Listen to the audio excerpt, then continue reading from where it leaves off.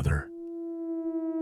And the feeling of confidence was surprising for Skylar, who fell to the ground and was confused and writhing as she showed the stab wounds one after the other.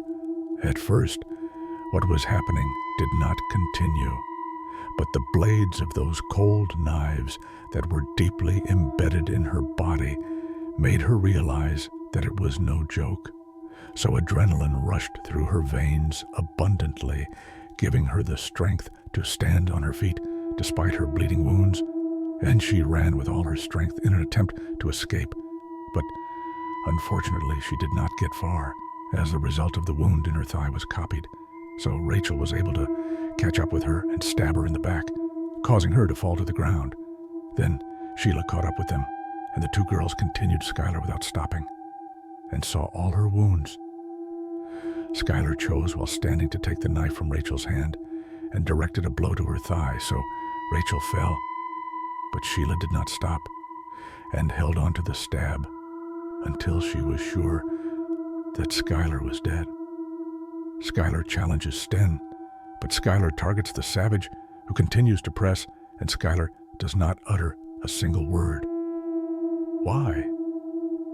And then she repeated it with every stab she did not receive from her friends. Sheila and Rachel are not for everything before. Berta with new clothes and cleaning fluids and a shovel to dig a grave for Skylar and bury her, but the soil of that cloth was clay, so it was not open from digging it. So she stacked some layers and building branches over Skylar's youth, then changed them and returned to the city. The next morning, Skylar's parents discovered their daughter missing and informed the police. The camera recording in Skylar's house shows her working at night and getting into the car with Sheila and Rachel. With the investigation with Sheila, she now came with Rachel and took Skylar with them in the car, but she dropped her off in a place not far from her house and controls the clock at 3 a.m. So I decided that story and that their words would be identical. Of course, no one doubted the girl's words, and many of Skylar's parents. It was impossible for them to doubt Sheila. Is it possible for any of you that Sheila is the one who killed their daughter? The kind Sheila who, since Skylar disappeared, did not stop doing what they asked for and comforting them and helping them search for her and spreading posters all over. Sheila who was ready to cry whenever someone mentioned Skylar in front of her. Is it possible that it is betrayal? In fact, some women have the ability and talent to fake the moods of sudden wins, and Sheila was a master in this field despite her young age. But unfortunately, her colleague and partner in crime, Rachel, was not. Rachel was weak, fear of being exposed, and perhaps remorse for her presence in the end, to the end, with a nervous breakdown 6 months after the crime. It seems that she did not come small in her chest for some reason, so she confessed everything to her family, and the family went to the police, and everything was revealed something. Sheila was arrested, and then the two girls took the police at the crime scene and uncovered Skylar's body. When asked why they killed Skylar, they simply said, "We no longer wanted to be friends with her." The comprehensiveness of the crime and the nature, upbringing, and gender of the perpetrators left everyone in shock. How could such beautiful, elegant girls commit such a popular and brutal crime?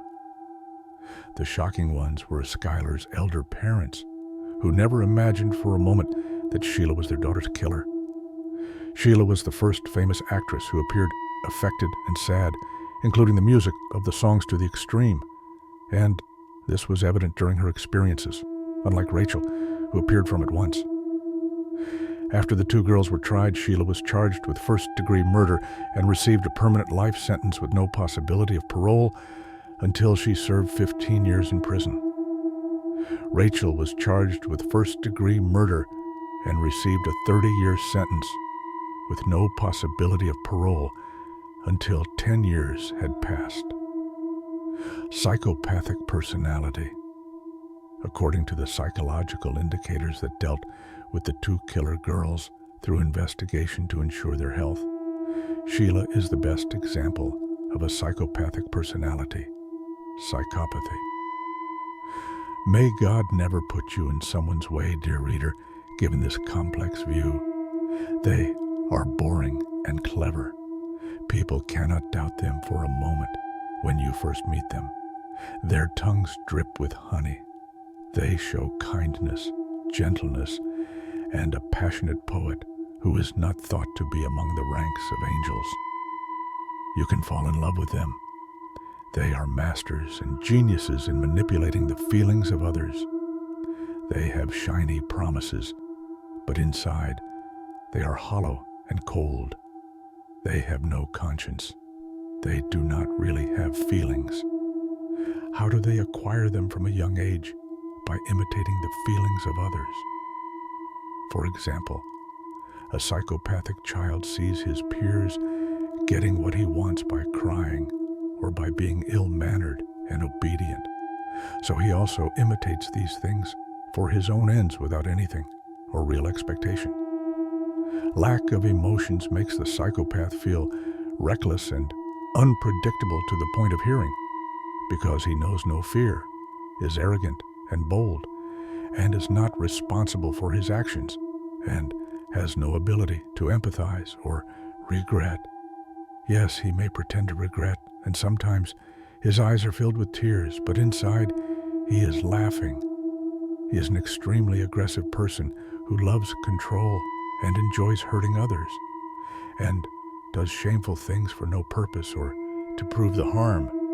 He may start a fire, and he is very good at pretending, looking out for others, and very normal, with good morals and principles, selfish and opportunistic to the extreme.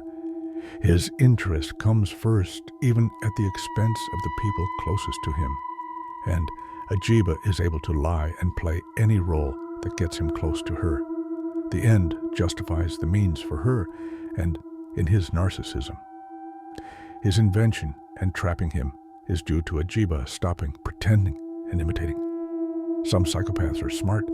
They may gain a higher education and important jobs, influence and status, and they may pretend to be wonderful and virtuous, cooperating with you and with them without you discovering them. And you may consider them your role model in life. And you may think that the people closest to you and the most concerned about you are in fact the reason for all your projects. According to some strokes, I am 1 in every 100 with psychopathic genes, and about a quarter of all criminals in the world have a psychopathic personality.